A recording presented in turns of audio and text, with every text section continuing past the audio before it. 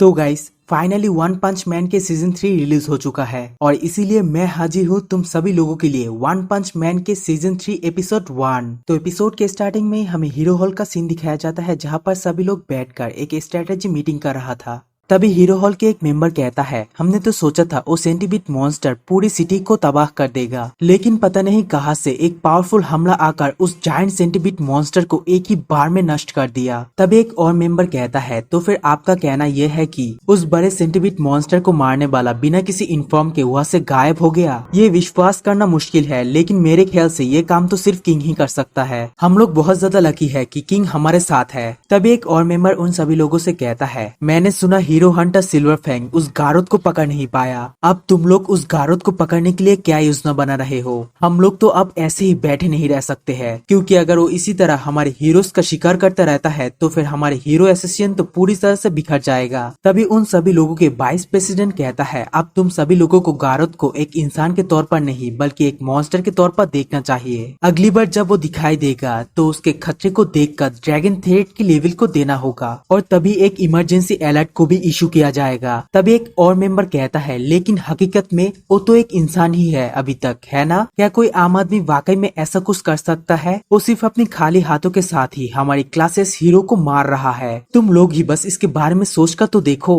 लेकिन हो सकता है कि हमारी स्ट्रेटजी में ही कुछ गलती हो। तो सीच बोलता है कि सर्विसेज ये कोई बिजनेस है क्या?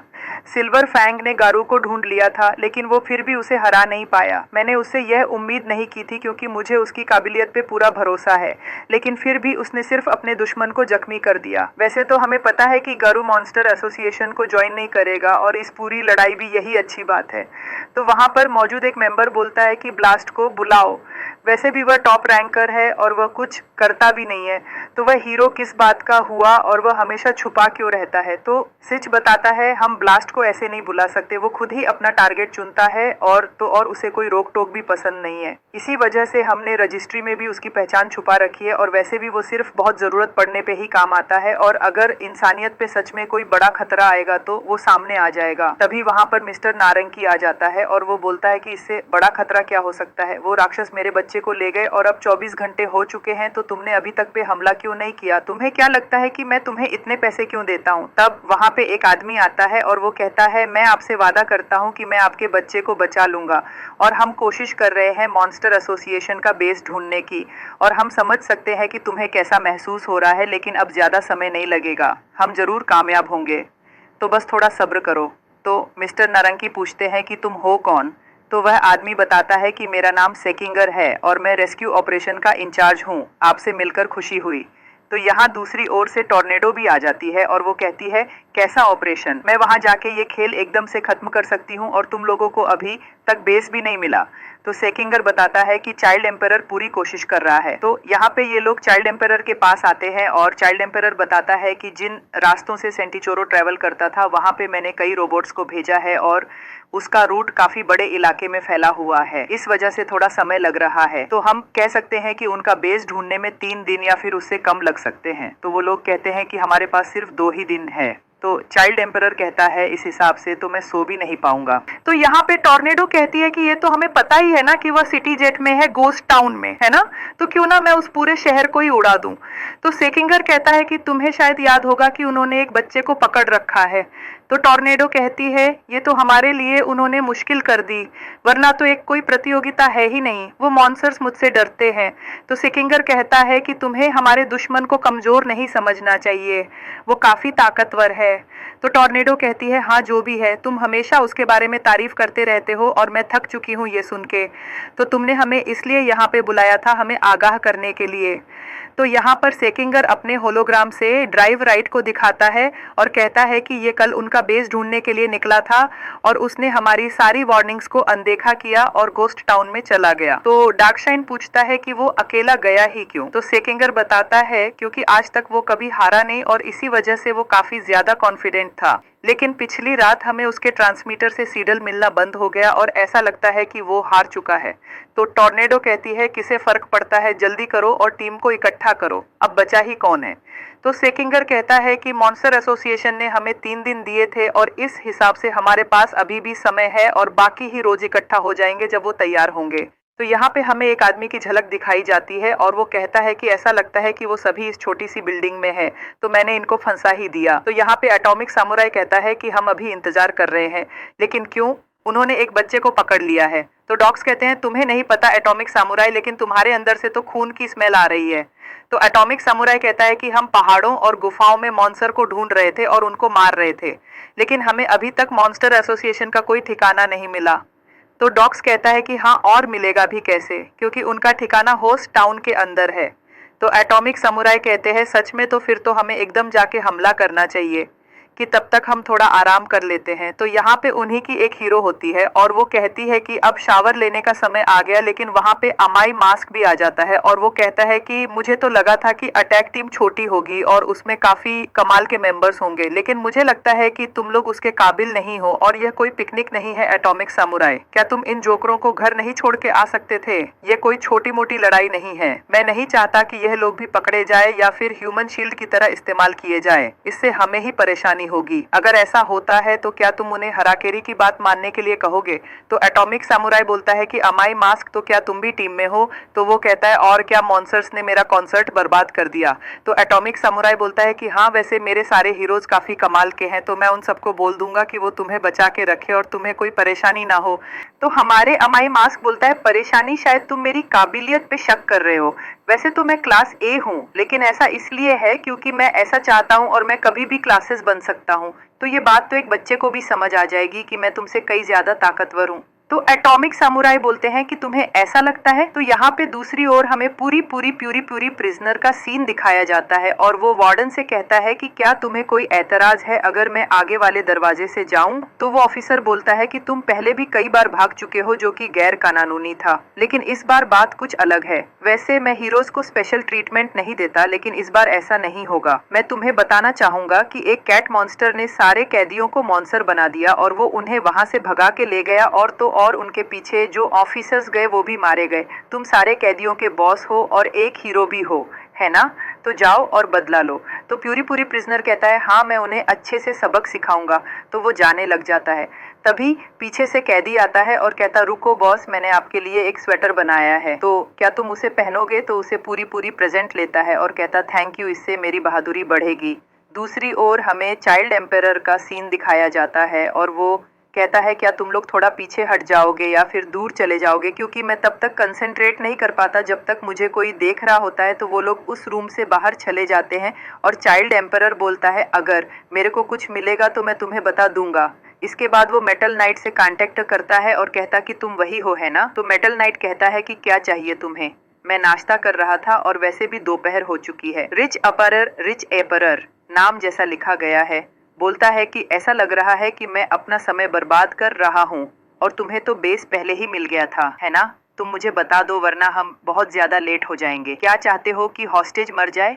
तो मेटल नाइट बोलता है कि तुम्हें ना बताने से हॉस्टेज मर जाएगा क्या? और अगर मैंने तुम्हें बता दिया तो तुम भी मर जाओगे, तो इसलिए तुम्हें ना ही बताना अच्छा लगेगा। तो चैट पर्फ कहता है कि फिर तुम खुद ही इस ऑपरेशन में क्यों नहीं जुट जाते? तुम्हें किस बात का डर है? और तुम्हारी मशीन बॉडी को क्या हुआ? क्या किसी मॉन्स्टर ने उसे बर्बाद कर दिया? तो मेटल नाइट बताता है कि मॉन्स्टर ओरोची, मुझे नहीं पता उसने क्या किया, लेकिन उसने एक सींग जैसे एंटीना से मेरे को मारा था और उसने पूरी बॉडी को तबाह कर दिया और मेरा वो हाथ जिससे मैंने उसको रोकने की कोशिश की वो भी तोड़ दिया और मेरे सेल्फ डिस्टर्ब मैकेनिज्म को भी बंद कर दिया। मैं मॉन्स्टर एसोसिएशन से डरता नहीं, लेकिन अभी और भी कई राक्षस इस दुनिया को नुकसान पहुंचाने की सोच रहे हैं और वह तब हमला करेंगे जब इंसानियत के रक्षक कमजोर पड़ जाएंगे। तो इसलिए ध्यान रखना और किसी का भरोसा मत करना। अगर तुम इंसाफ चाहते हो तो वो तुम खुद भी पा सकते हो। तो अपनी ताकत बचा के रखो और तैयार रहो, चाइल्ड एम्परर। और वहां से मेटल नाइट डिस्कनेक्ट हो जाता है और चाइल्ड एम्परर कहता है कि ये तो समय की बर्बादी है, लेकिन फिर भी हमें वो बेस तो ढूंढना ही है।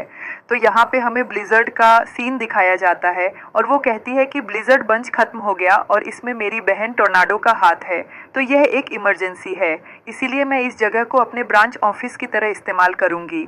यहाँ पे वो सैतामा के घर की बेल बजाती है, लेकिन यहाँ पर बॉम्ब दरवाजा खोलता है और वो कहता है ये कौन है? क्या तुम दोस्त हो? चलो कोई बात नहीं, अंदर आ जाओ, सैतामा तुमसे कोई मिलने आया है। और जब ब्लिजर्ड अंदर आती है तो वो देखती है कि किंग और सैतामा गेम खेल रहे हैं और वहाँ पे बैंग भी मौजूद होता है और जेनोस तो होता ही है। फॉन्ग बोलता है कि मेरे शरीर में दर्द हो रहा है और किंग बोलता है ऐसा लगता है कि ब्लिजर्ड फिर से आ गई। तो साइतामा बोलता है कि तुमने मेरे मॉन्स्टर को एक ही मुक्के से कैसे मारा, मैंने उसका नेवर काफी बढ़ा लिया था। तो जेनोस पूछता है कि ब्लिजर्ड तुम इधर क्यों आई हो, मास्टर को और नए लोगों की जरूरत नहीं है। तो यहाँ पे साइतामा और किंग लगातार गेम के बारे में बात कर रहे होते हैं कि मिडिल एज गोलम किटी मियामिया को हरा नहीं सकता। पैंग बोलता है कि यहाँ पे तो काफी भीड़ हो गई है, क्या तुम मुझे वो पॉलिटिक्स दोगे। तो यहाँ पे साइतामा और किंग फिर से बातें कर रहे होते हैं। साइतामा कहता है कि मैं तो लेवल 27 हूँ और तुम लेवल 15 हो, ये कुछ अजीब नहीं है। तो किंग बोलता है ये एट्रीब्यूट्स तो गेम का ही पार्ट है, तो तुम्हें ये सब सीखना चाहिए। तो साइतामा पूछता है कि मुझे ऐसा क्या करना होगा कि मैं तुम्हारे मॉन्स्टर को हरा सकता हूँ। तो किंग बोलता है कि मिडिल एज गोलम कभी भी म्याऊ म्याऊ को नहीं हरा सकता क्योंकि वो एक वीक कैरेक्टर है।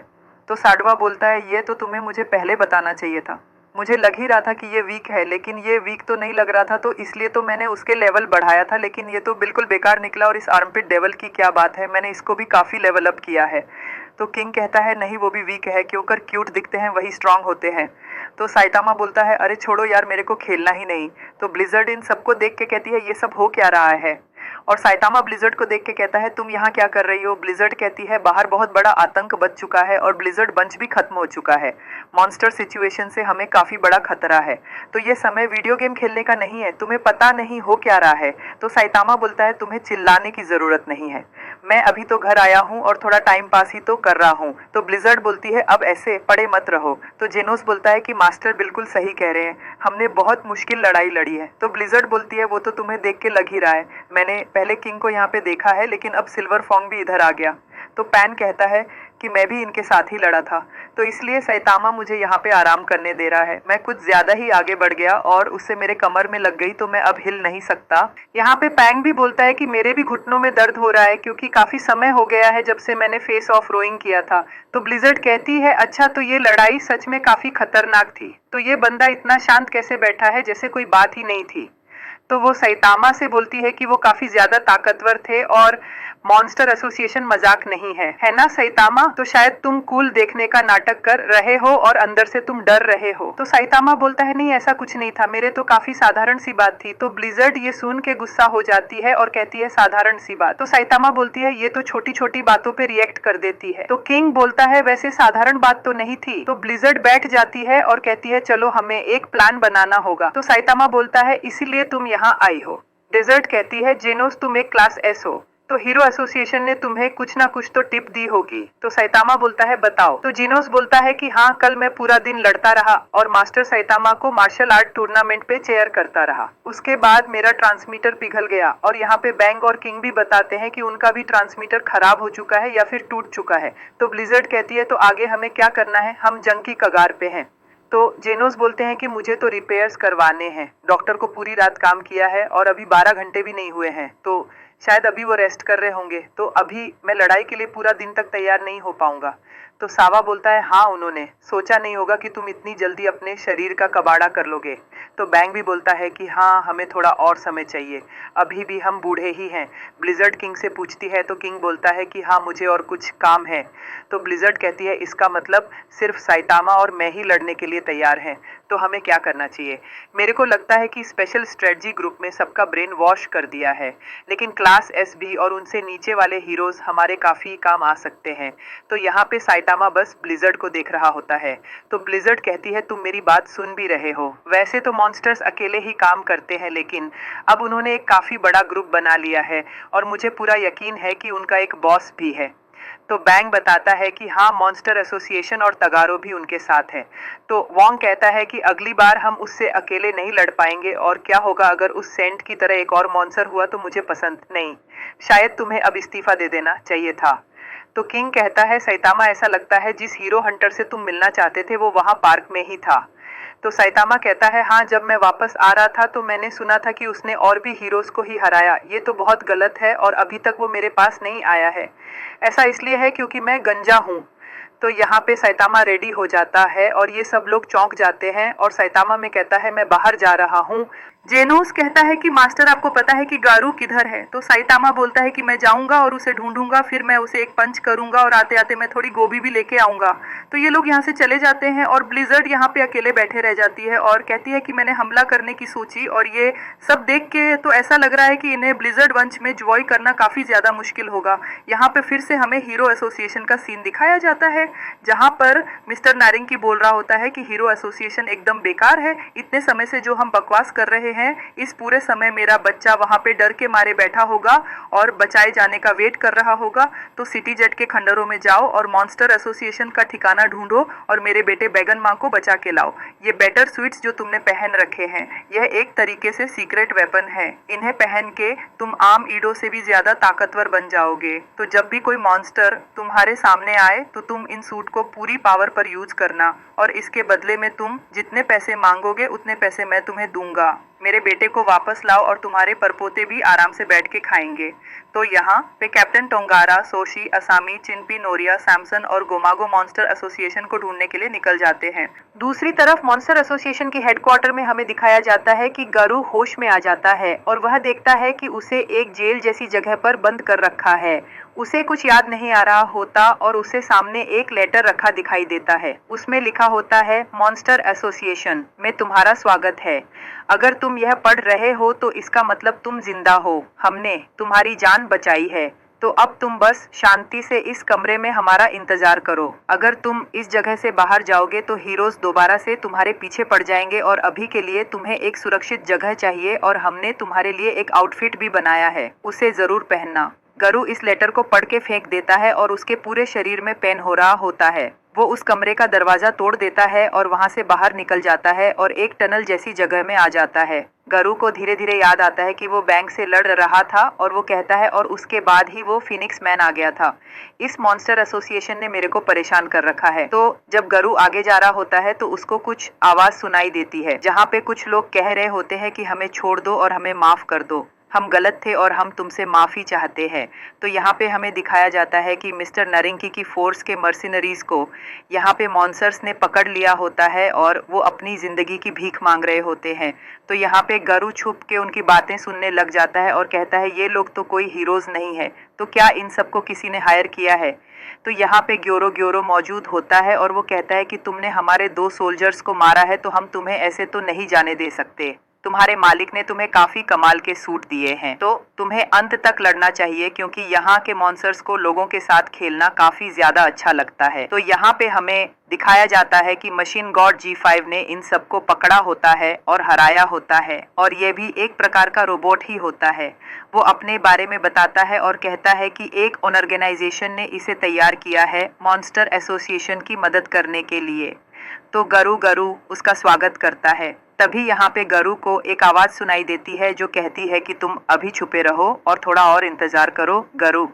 तो गारू इसे सुनकर चौंक जाता है और कहता है ये तो मेरे दिमाग से ही आवाज़ आई, इसका मतलब ये टेलीपैथी है। तो यहाँ पे अब ग्योरो पूछता है कि अब हम इन सब के साथ क्या करें, हम इन्हें मार दें या फिर हम इन्हें मॉन्स्टर बना दें। तो यहाँ पे सारे मॉन्स्टर्स अलग अलग मांग करने लग जाते हैं। तो यहाँ पे G5 बोलता है कि इनके पास जो सूट है वो काफ़ी ज़्यादा ताकतवर है, मैं इनसे लड़ा हूँ इसलिए मुझे ये बात पता है, लेकिन जो इनके ये सूट है वो सिर्फ यही लोग पहन सकते हैं क्योंकि इन सूट्स को इनके हिसाब से ही कस्टमाइज किया गया है। अगर ये सूट कोई और बंदा या फिर कोई मॉन्स्टर पहनता है तो वो इसका इस्तेमाल नहीं कर पाएगा। तो गारू कहता है तुम क्या कहना चाहते हो कि हम इनको जिंदा रहने दें और इनको प्यादों की तरह यूज़ करें। तो रॉयल रिपर कहता है कि नहीं, ये इतने ज़्यादा डरे हुए हैं कि ये यूज़ किए ही नहीं जा सकते और हीरोज़ से लड़ने के बजाय वो मरना पसंद करेंगे। तो वो अपनी तलवार से उनको मारने वाला होता है, लेकिन तभी वहाँ से पीछे से सुपर एस आ जाती है और रॉयल रिपर की ब्लेड पकड़ लेती है और कहती है कि मैं इनको अपना बना लूँगी और डोमिनेट करूँगी। तो वो इन सब पे अटैक करती है और उनको अपना लव स्लेव बना लेती है और कहती है कि मुझे काफ़ी खुशी हुई ऐसे स्लेव पाके। तो यहाँ पे G5 पूछता है कि गारू क्या मैं तुमसे एक बात पूछूं, क्या मैं बाकी मेंबर्स को मार सकता हूँ। तो गारू कहता है कि वैसे तो हम पहले से ही कम है तो मैं ऐसा तो नहीं चाहता, वैसे भी कई मॉन्स्टर एक दूसरे को मार देते हैं लेकिन ज्यादा मारना काफी बुरा है। तो यहाँ पे रॉयल रिपर कहते हैं कि मेरे को किसी इंसान की महक आ रही है और वो भी बहुत पहले से, सामने आओ। तो तभी वहाँ पे गरु आता है, क्योंकि गरु ही यहाँ पे अकेला इंसान होता है। तो यहाँ पे ग्योरो ग्योरो गरु को बोलता है तुम तो काफी जल्दी उठ गए। इसे देख के सारे मॉन्स्टर्स कहते हैं इसको स्पेशल ट्रीटमेंट क्यों मिल रही है, ये इंसान है या फिर मॉन्स्टर। तो यहाँ पे ग्योरो ग्योरो कहता है कि मैं इसके साथ काफी जरूरी चीज डिस्कस करना चाहता हूँ। और यहाँ पे गारू किंग और रोजू को देख के सोचता है कि ये पीछे इतना बड़ा कौन बैठा है। तो गारू कहता है तुम मुझसे क्या चाहते हो। तो गारू बोलता है कि अभी इस समय हमारे पास 500 मेंबर्स हैं जो कि हीरो एसोसिएशन के सामने काफी कम है। हमने पहले ही थ्रेट लेवल डीमन और उससे ऊपर वाले मॉन्स्टर्स को गवा दिया है। वैसे हम जीत सकते हैं, लेकिन इन मॉन्स्टर्स के अंदर कोई एकता नहीं है और ना ही लीडरशिप है। इसलिए मैं चाहता हूं कि तुम मेरे असिस्टेंट बन जाओ। मैं कोई ऐसा चाहता हूं जो कि ताकतवर हो। तो गारू बताता है कि ये अकेले लड़ा, पर भले ही ये पूरी तरह से जख्मी था, उसके बाद भी ये क्लास एस हीरोज से लड़ पाया, तो ये एकदम कमाल का है। लेकिन फिर भी मेरे बॉस ओरोची की एक शर्त है, हमें ये पूरी तरह से नहीं पता है कि तुम मॉन्स्टर हो, तो इसलिए तुम्हें ये साबित करके दिखाना होगा। तो गारू कहते हैं कि मैं क्या करूं, अपने सर पे सींग उगाऊं या फिर कुछ और। तो किंग ओरोची कहता है तुम्हारे पास एक दिन है, मुझे नहीं पता कौन, पर किसी एक हीरो का सर लाके मुझे दो। तो यहाँ पे इंसेक्ट गॉड बोलता है कि इसके बाद तो सब साबित हो जाएगा, क्योंकि एक मॉन्स्टर किसी भी हीरो को मारने में हिचकिचाता नहीं है। तो यहाँ पे गरू बताने ही वाला होता है कि आज ही सुबह मैंने फॉन्ग को हराया था, लेकिन उससे पहले ही यहाँ पे फिनिक्स मैन आ जाता है और वो कहता है कि तुम सबके लिए एक बुरी खबर है, सिल्वर फॉन्ग और बाकी सब बच गए और उन्होंने सेंटीचोरो को हरा दिया है, पहले गोकेत्सु और फिर अबाद सेंटीचोरो। तो यहाँ पे गेवी बोलता है कि मैंने नहीं सोचा था कि जोरो ग्योरो इतनी बड़ी लड़ाई से पहले ही अपने दो सबसे बड़े कमाल के मॉन्स्टर्स को खो देगा।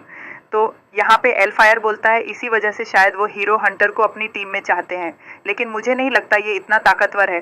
तो गेल्विन बोलता है हाँ हम ज़्यादा ताकतवर हैं, लेकिन मैं तो सिर्फ हीरो एसोसिएशन और फ्लैश को बर्बाद करना चाहता हूँ। हमने सोनिक को भी बुलाया था, तो वो कैसा रहा। तो गेल्विन बोलता है वो अभी तक नहीं आया है।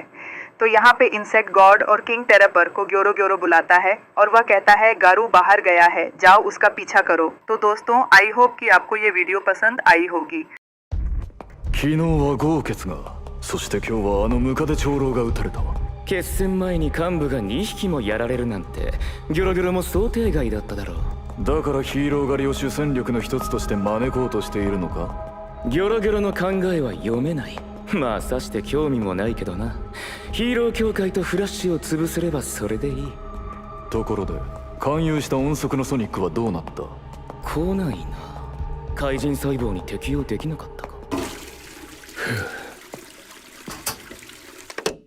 一晩中苦しめられたがなんとか峠は越えたようだな。